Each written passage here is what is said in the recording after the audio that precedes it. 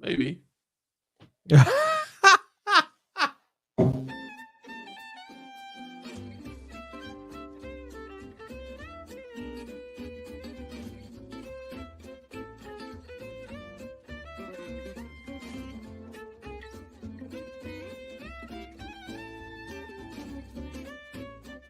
How do you do, neighbor?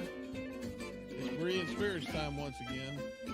The boys have gathered around, and they're ready for you. So join in, make comments, and study with the guys as they try to study as the Bereans did in Acts chapter 17. And now, here's the guys.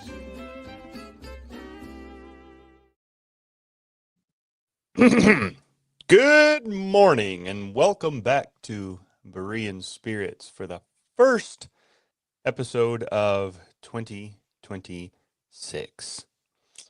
Can we get it? I don't have my thing near me, so I can't do the applause. Woo! Woo! It's been a minute since we've been in here, but it's good to be back with Richard and well, with Chris and yeah, I guess Richard too. Yeah.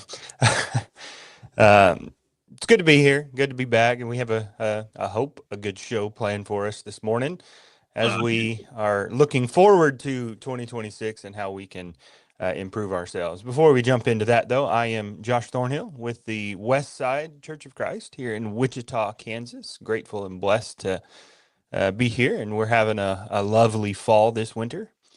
And with me, as usual, Did you say a lovely fall this winter? Yes, we're having a lovely This fall winter, this winter. Yeah. Yeah. I mean, it's not very wintry. No, it's not. It's kind of warm, unseasonably warm. I remember this time last year, I had flown back to Washington, and it had hit, I think, negative temperatures, and there was a big snowstorm that hit, and it was well into the week before it got above freezing. So quite the contrast this week. So anyway, and to my, I guess on the screen, it'd be my right is Chris Peltz, the evangelist for the South Side Church of Christ in Springfield, Missouri. How you doing, Chris? Doing good, man. Looking forward to the program. Good. And down below me doesn't mean that we're looking down on him, even though we are. No, not it's really. Like the Brady Bunch. And just below me is Richard with the Kearney Church of Christ in Kearney, Missouri. How you doing, Richard? I'm great. I'm just hunky-dory. What else do you want me to say? As little as possible. So, yeah. I went to see you. Yeah, you did. Yes, I did. On our little break, I went down and saw you and heard you teach class. You did a really good job. He was snoring the whole way through. So. Oh, that's not true. That's not true. But yeah, that was, if everybody gets a chance and you're in Wichita, invite everybody to go and visit with the church there and listen to Josh teach class. It was a Wednesday night. It was a really good class. I've just got to tell this. It was funny. No. So I had an outline that I had handed out for the class, and we're going through the lesson, and I'm just going through teaching through the outline, and then Richard pops up with this point. And it was a good one. It was really good. It was a good one. Yeah. But it was the very next point that I was about to state. Verbatim. Exactly. I mean, it was like I read it off the sheet, which I probably did. It goes to show you how people think. I probably went through there and saw it, and then somehow it became my idea, and I decided to say it right before he was ready to make that point. So, well, at least it seemed to validate the point that I was making. So it validated. It validated. I look like a fool. Is what it validated. It's like, well, that's some guy just making the next point, and he's reading it off the outline. Like, wow, he's really impressive. Or anyway. In other words, hurry up, Josh. Get to the next point.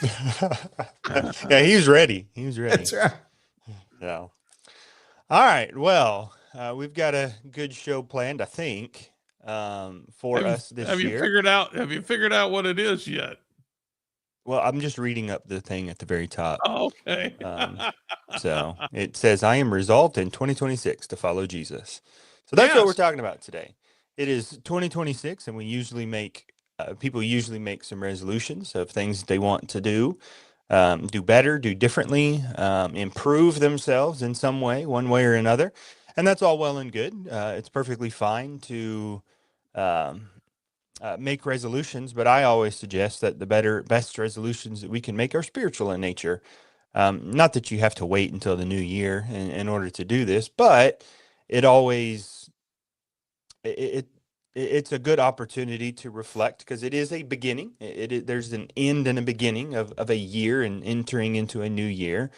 And so it's always a good time to reflect and to think about what it is that we want to do moving forward, and areas that we can improve. And so we're going to talk about ways we can resolve to follow Jesus and to grow in that area in 2026. So who would like to start it out for us?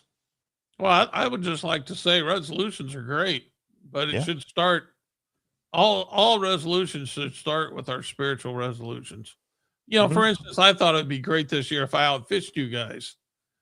But in order to do that, I need to become more spiritual.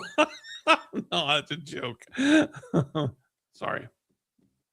Well, 3rd John starts off by saying, may you prosper as your soul prospers. Yeah. So there you go. But so that's why he's not a good fisherman. The unfortunate thing about resolutions altogether is too often here coming up in just a couple of weeks, there's this, and I don't remember exactly what they call it, but there's the week where everybody pretty much bails on their resolution. And that seems to be a pretty regular thing, especially with all the physical resolutions. But while we can start with spiritual resolutions, we've got to make sure that we are ready to maintain them and continue through with them, whether it is Bible reading, whether it is the way we talk to someone, whether it is something that we're doing as far as influencing friends and family or neighbors, or talking to someone about the gospel. So many things that we could do, in this new year, as far as not only growing ourselves, but being an influence on others. I think it's very important for us to, have that commitment, and maybe that's the resolution, right? To be committed to this, not just short term. It's interesting because several years ago, I did a lesson on the song I Am Resolved. And, I was talking about resolutions, and, resolutions are those things that you do for the first 3 weeks of the year before you resume your natural habits. But you think about the word resolution, it's a form of the word, or it's a kind of an expansion of the word resolute. And I think that's related to the word resolve. There's some kind of relation there. And you think about the resolve, as Richard titled the show, I Am Resolved. That word is a determination. There's a determination there. The reason why people's resolutions fail is because resolve is not there, present in them. I think in Daniel chapter 1 and verse 8, where Daniel, when they're in captivity, and he has every excuse to reason, well, we're in Babylon, and, we're captives, and we're just going to have to listen to what the king says. It says in verse 8, he purposed in his heart that he would not defile himself with the king's choice food or with the wine which he drank. And so, there was a determination within his heart that he wasn't going to allow himself to be defiled. And I think that's the difference between those who are successful spiritually and those who are not, is there's a determination and resolve there to go forward and to keep going forward and to press forward. I think you can see that as well in the book of Hebrews, because these Christians are wavering in their commitment. And the way I like to describe the book of Hebrews is, there's times where you're driving down the interstate, and then there's the lines start to get a lot closer together, because it's indicating that this lane is an exit lane. And if you're in that lane, you're still on the interstate, but if you keep in that lane, you're going to get off. And these Christians in the book of Hebrews, they were in the lane, the exit lane. They hadn't gotten off yet, but they were in the exit lane. And the point that he was trying to make to them is that they needed to deepen their commitment and their resolve to Christ and to follow him more faithfully, so that they could overcome the persecutions that were present or to come. And so I think that's a key to whatever it is that we're going to be talking about tonight. There has to be a resolve, or this morning, excuse me, a resolve, a determination within ourselves to accomplish what it is that we set out to accomplish. Otherwise, it's just wishful thinking. So go ahead. Well, I agree. I think, you always got to make a determination before you do something. And, Barnabas in Acts 11, when he got to Antioch, he encouraged them all that with purpose of heart, Acts 11:23, they should continue with the Lord. So, I mean, there is you have to set your heart to be able to do something spiritual. You got to make a determination, and you're going to have to want to stick with it. The problem, I think, comes into, how do you go from making this into a habit instead of just, something that's going to die here, and, some determination that's going to find a way to fail in 2 or 3 weeks. That's what you want to do, is to get it established as part of your life. And that's not always easy to do. Just making a determination is the part. That's the first step. But there's more to it in following Jesus. You're going to have to, and I think Jesus was parlaying. I think he was putting that out there when he was walking on the earth. He was trying to convince people about what it's going to take in order to be following him, and counting the cost. In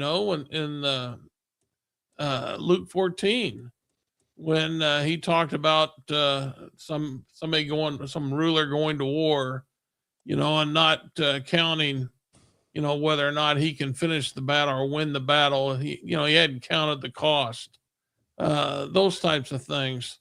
We need to count the cost, and before we even make the resolution, we need to count the cost and ask ourselves, are we willing to pay that? Because following Jesus, there's a hefty, it's fantastic. I would advise it for everybody, but it's not easy, and there's going to have to be sacrifice made. And so you have to ask yourself, are you willing to sacrifice that? I'd like to lose a little weight, and, I made that New Year's resolution. I was going to try again. And so far so good. I've been shedding some weight, but I do know that in order for me to lose weight, certain foods, can't be eaten, or at least not ready, having it handy. And so, I had to count the cost. Do I really want to lose weight? If I'm going to try this, I'm going to have to make sure certain things are not around me. Well, likewise, if we're going to follow Jesus, we have to count the cost. I think that's first and foremost if we want to be successful with our resolve. Yeah, and understanding too what that means, because we think about counting the cost, and so often we think about the loss, right? What it's going to take, or what I'm going to have to go without, what I'm going to have to do without. But when that's our focus, it becomes more difficult. While you're right, we have to count the cost. We also have to take into consideration, that end result, the reward that is there for us, and understand just how worth it is. Right? I mean, Paul, when he wrote to the Romans, he talked about how heaven is not even worthy to be compared to the sufferings of this earth. These are just, but for a moment.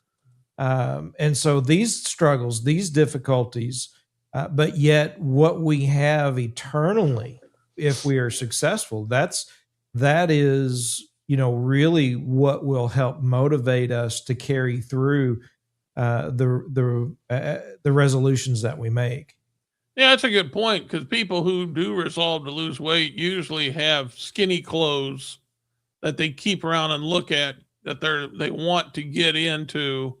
And so, they see that as their goal, and they keep an eye on that as their goal. And so that's a good point to bring up, is the fact that, yes, we do count the cost, but keeping your eye on, what you can, how you can be benefited, that's something to keep in mind as well. While Richard was talking, just to pass the time, because, it's anyway, I looked up. Thought I was killing time for you. I looked up, how long it takes to establish a habit, and the average is 66 days. But it can vary, it says, from 18 to 254 days. And so there are, some differing amounts of time, but a significant amount of time is devoted to building habits. And so I think that would include the spiritual habits that we're trying to build. But, thinking about the reward, I think that is a valuable key to keeping the progress going. There's a lot of different financial advisors out there, but I know and they have differing ideas of things. But I know particularly Dave Ramsey. I've listened to him quite a bit, and he's talking to people who are trying to get out of debt. And one of the things that he suggests is what he calls the debt snowball, where you start small and you start building progress from there. And so what he tells you to do is to take your debts, smallest to largest, and then you start paying the smallest one off first. And then once that one's paid off, you move to the next smallest one, and then what then is the smallest one. And then you just keep building until you tackle all of them. And the reason why he's suggesting doing it that way is because a lot of people think, I need to start with the biggest one first. And then that takes forever. And then they kind of start petering out. Well, what he says is if you start with the smallest one, you get a quick win. You get a reward there, a progress. You make progress and you can see that progress. And so you get excited and it helps push you forward. So reward is important. We need to look to the reward. I think that's part of Hebrews 11, where Abraham was looking to the city, which has foundations, whose builder and maker is God. Moses was willing to suffer reproach with the people of God than to enjoy the passing pleasures of sin, for he was looking to the reward. And so that's part of the. I hate to use this illustration because I feel like it diminishes the reality. But that carrot on a stick that you hold in front of the animal to keep it moving. I hate to relate it that way, but I think it does provide a good illustration of there's something in front of us that we're working toward. There's a reward that we're seeking, and only through that diligence, only through that continued effort are we going to be able to reach that reward and to accomplish the goals that we truly want to accomplish. I think Paul talks about that in Philippians chapter 3, in fact, around verse 12, not that he's already obtained, but that he, not looking back, but striving forward to that upward goal, that call, that prize that lies ahead. In fact, he goes on in the next couple of verses and he says, let those who are mature think this way. And I think that goes to the maturity that we're all striving for when it comes to these resolutions. One of the things that I'd like to kind of throw out there just to for folks to consider, because I think everyone is thinking about Bible readings, whether it's reading the Bible for a year, reading a particular book, learning a book, memorizing passages. There all kinds of things that people resolve when it comes to the word itself. And I want to back up for just a minute on that.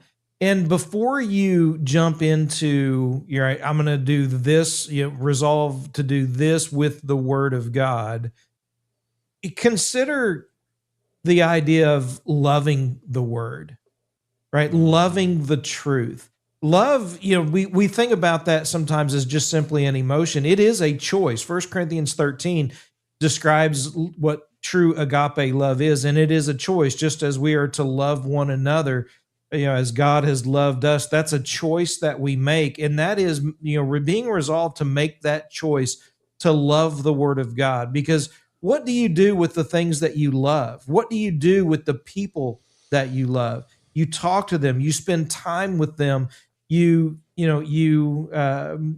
make an effort, right, for that, to learn and to grow and to draw closer to them. And that's ultimately what we're talking about, not only loving God but loving truth. Because without that love of the truth, Second Thessalonians chapter 2 makes it very clear that that we will fail, right? I mean, we will be lost because we do not have a love of the truth. And so, loving the truth, determining and being resolved to love the truth, I think will help us in our approach when we read, because we're not just reading to get through a resolution. We're reading to learn and to grow in that love and understanding of God and His truth. Yeah, and I think that idea can be evident when you're talking to people and you're presenting truth to them and they still don't want to hear. This is true in religious matters. Why don't people see the truth on baptism or the truth on all, whatever Bible topic you want to put in there? It's because they don't want to. People don't want to know or hear the truth, and so they find reasons to reject it. But if we love the truth, we're going to seek it, and we're going to be able to receive it, or willing to receive it once it does come. And so, very good. Well, we talked about loving the truth, but we also talked about heaven, thinking about the reward. I was just thinking about, where does fear come in? Yeah. Because a lot of times you'll see people when they're trying to, let's say, lose weight, for instance, they fail, and then all of a sudden they have some type of health incident, and now they succeed. All of a sudden death becomes very real to them, and they become very serious, and they suddenly succeed. So, under the same light, where does fear come into play? I think that's a good motivator. I think it's not the only motivator, and I think there's a problem if it's the only motivator, because that could lead to burnout really quickly. But I do think that is it should be probably a part of it. Recognizing the consequences of your failure to do so. I think where the fear can come in is to help when it comes to making the excuses. You think about Matthew 25 with the parable of the talents, that guy, the one talent man, he's making excuses. I knew you to be a hard man, reaping where you did not sow, gathering where you scatter no seed, and I was afraid and went away and hid your talent in the ground. See, have what is yours. And the master's not, well, okay, you were afraid, and so I understand why you wasted that talent. He says, you wicked and lazy slave, you knew that I reap where I did not sow, gather where I scatter no seed. Therefore, you ought to have put my money in the bank, and on my arrival, I would have received back my money with interest. Therefore, take away the talent from him and give it to him who has 10 talents. That he allowed himself to be immobilized by his fear, and we can debate whether that's just an excuse or if that was the reality. But he can allow himself to be immobilized by his fear, and then he doesn't do anything. I've heard people talk about paralysis by analysis, or something like that, where they just get so caught up in the analysis of it that they don't know where to start. They kind of freeze up, and I don't know how to start. I don't know where to begin. And this guy, he was afraid of his master, he says, and so he buried it in the ground.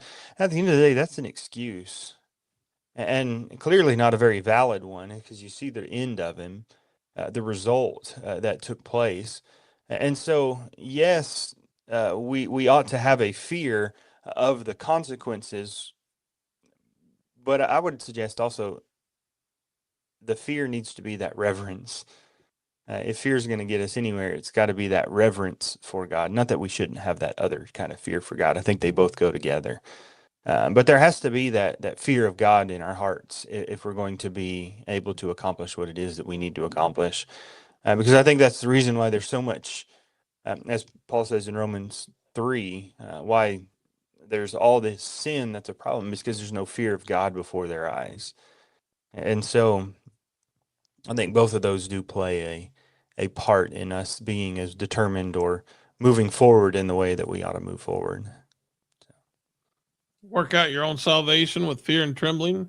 Mm-hmm. Philippians 2. So, yeah, I think fear's got to have a part of it. And that's comes probably into the decision to decide to follow Jesus.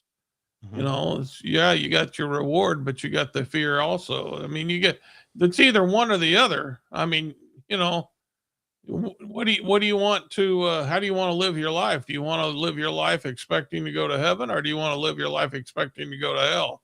I mean, that's really your only two choices. And so then, if you decide I want to live my life expecting to go to heaven, then, then you make the resolve, right? That's when you say, okay, let's get it done. Would that be right?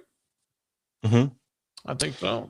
And that's the tactic that the Hebrew author uses, because in chapter 3, he encourages them to, encourage one another daily, lest anyone is hardened through the deceitfulness of sin. And then he goes on throughout the rest of the chapter to describe the wilderness generation and the fact that they did not enter in to the promised land because of their unbelief. And he tells them, you're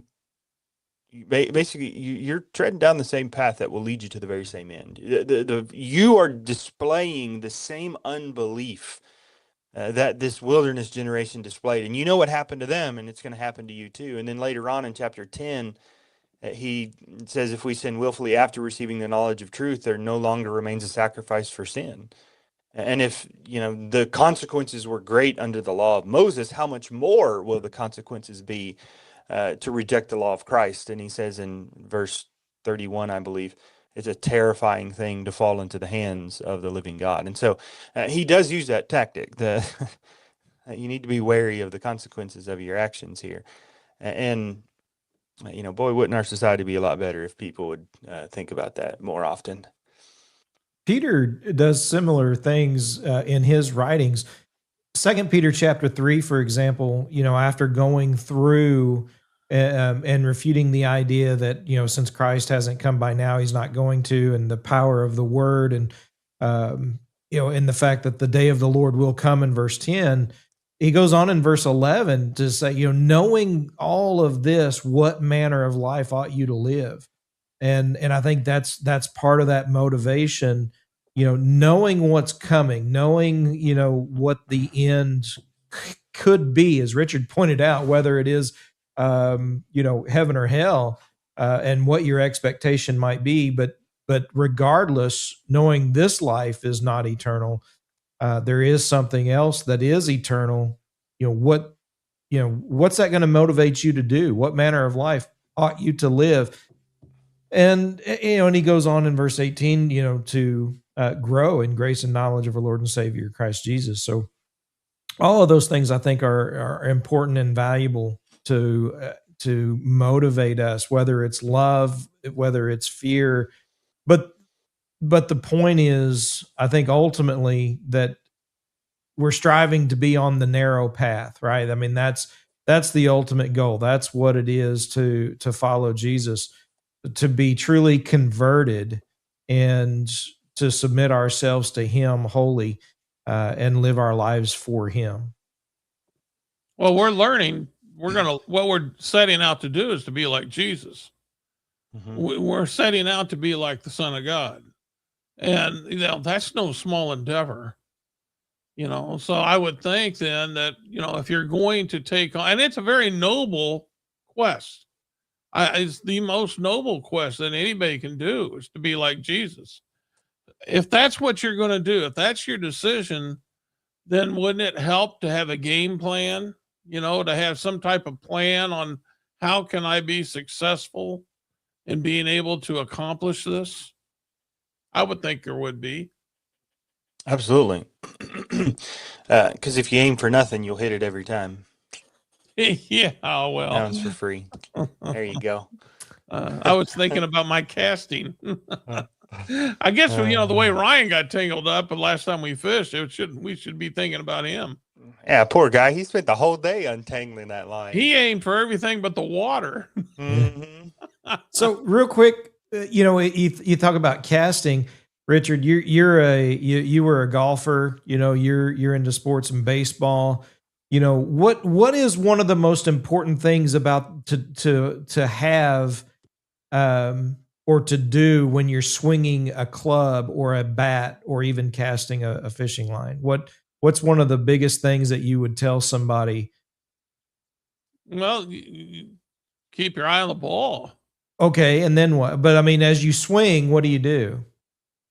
Well, you make contact. And then that's it? You just stop? Well, you swing through the ball. You follow through. Yeah. That's the biggest thing right there.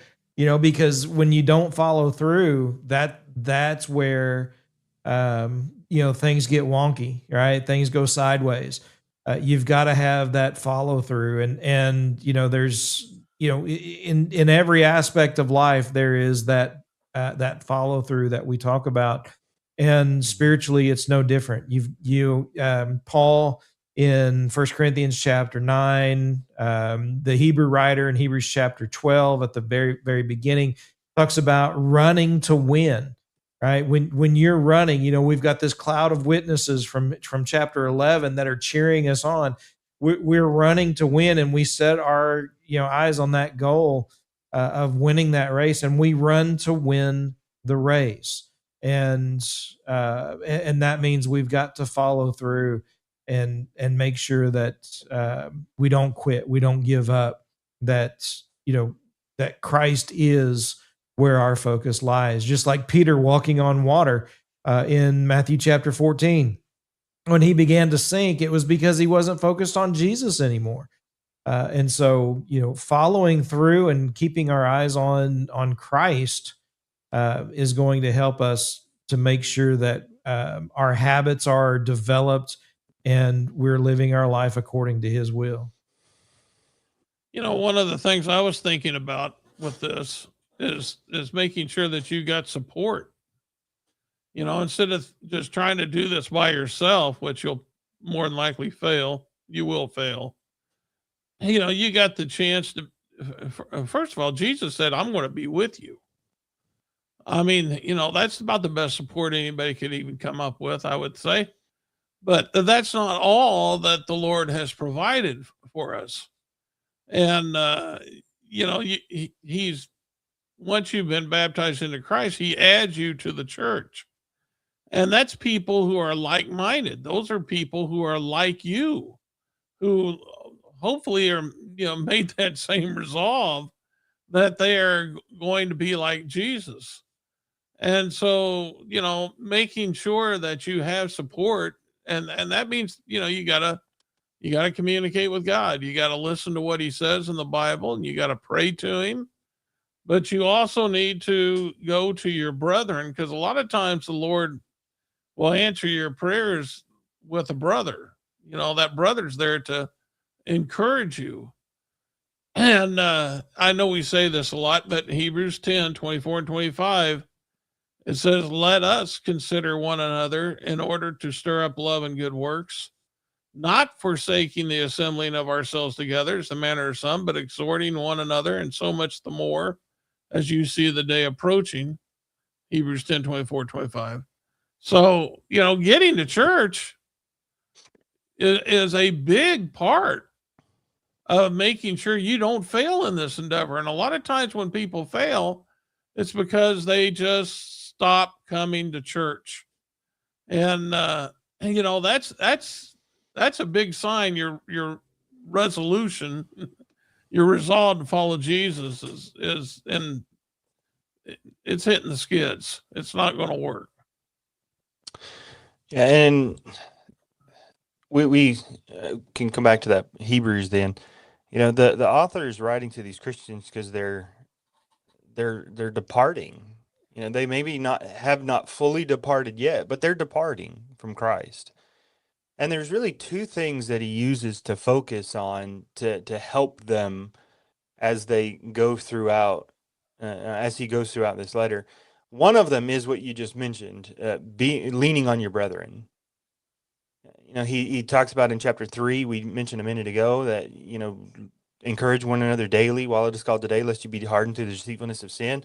Chapter 10, 24 and 25, encouraging one another, stirring one another up to love and good works, not forsaking the assembling. In chapter 12, I believe he talks about strengthening the feeble knees.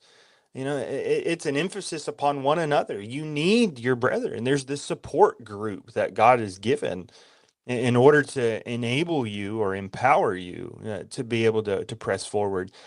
And then the second one, and perhaps the most important, it is the most important, kind of focusing on what our show title is you need to fix your eyes on Jesus. That's kind of the culmination there in chapter 12 and verse 2 rather, fixing our eyes upon Jesus, the author and finisher of our faith. He's spent 10.5 or 9.5 chapters emphasizing who Jesus is. He's the better messenger. He's the better apostle. He's the better priest. He's the better sacrifice. He's better in every way. He provides the better rest. He inaugurated the better covenant. Everything about him is better. And I heard someone say, if you just knew who Jesus was, you'd never cast off your faith in him. And that's really what he's trying to do, is fix your eyes on Jesus, and you'll never go astray when you're doing that. I heard an illustration of this man. It was snowing out one day, and there's these 3 boys playing outside. And this man challenged the 3 boys to a race.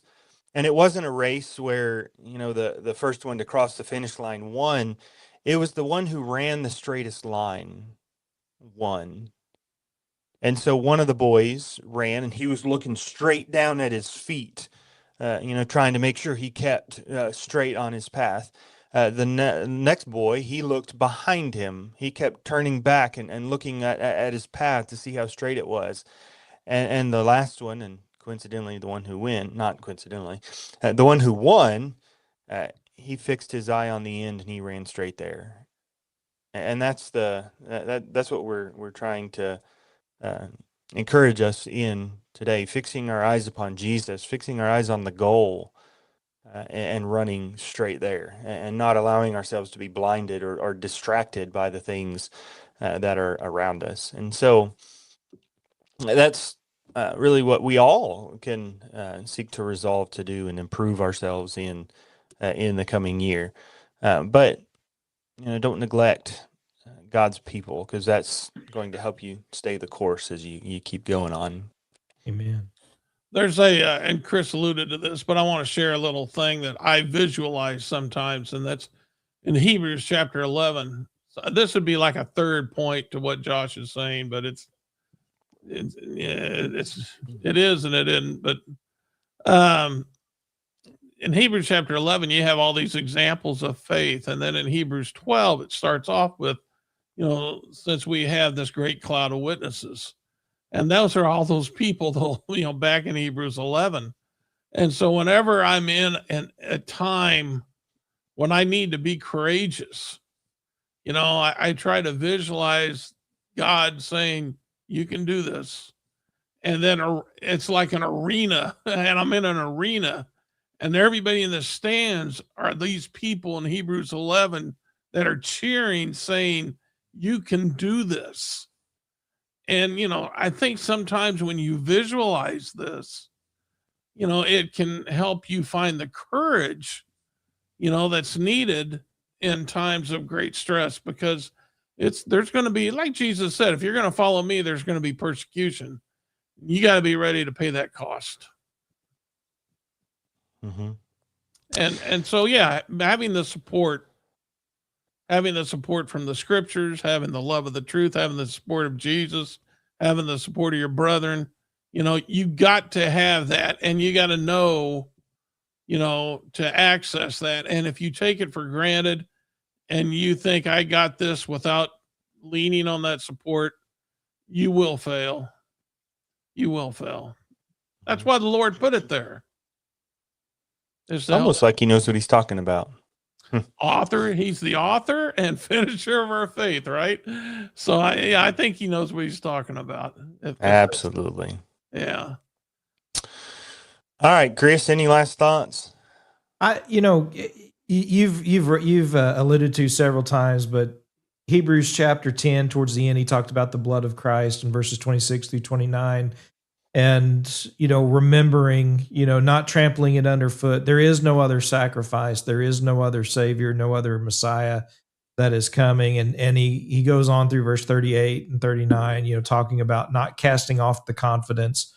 And in chapter 12, strengthening the feeble knees and hands that hang down.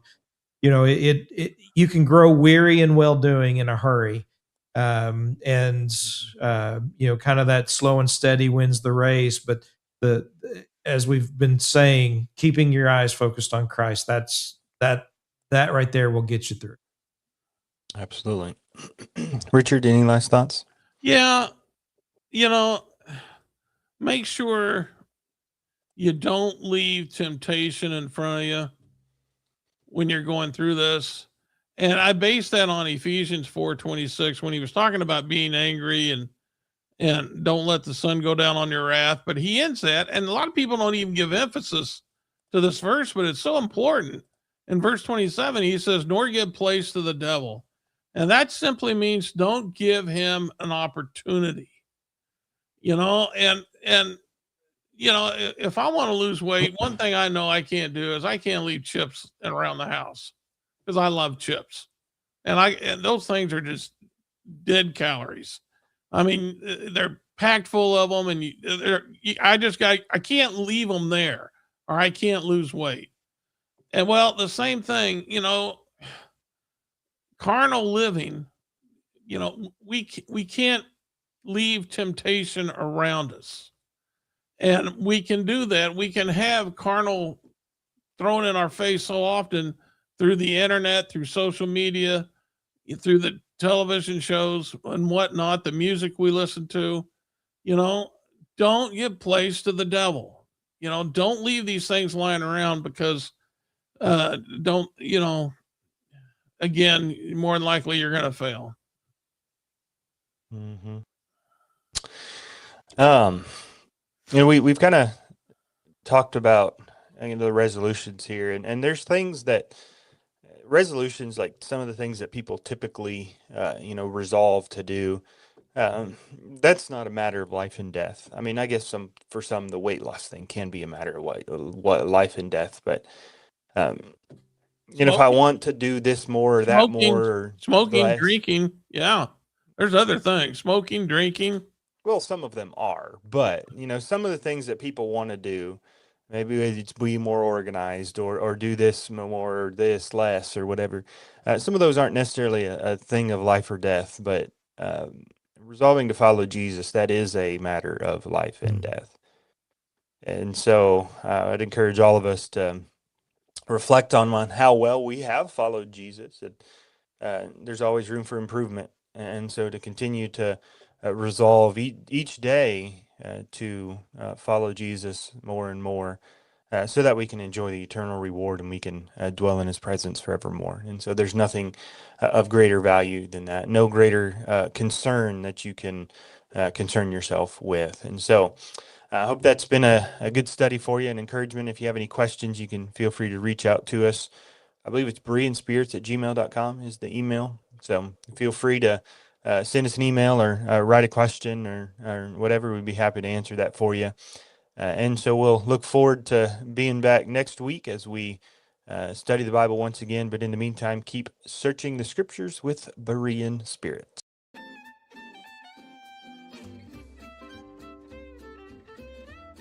Well, folks, that's all for today. Don't worry. Lord willing, the guys will be back next week for another Bible study on Berean spirits. Until then, let the guys hear from you. Drop them some email at bereanspirits@gmail.com. They'd love to hear from you. Until next time, let's keep studying that Bible.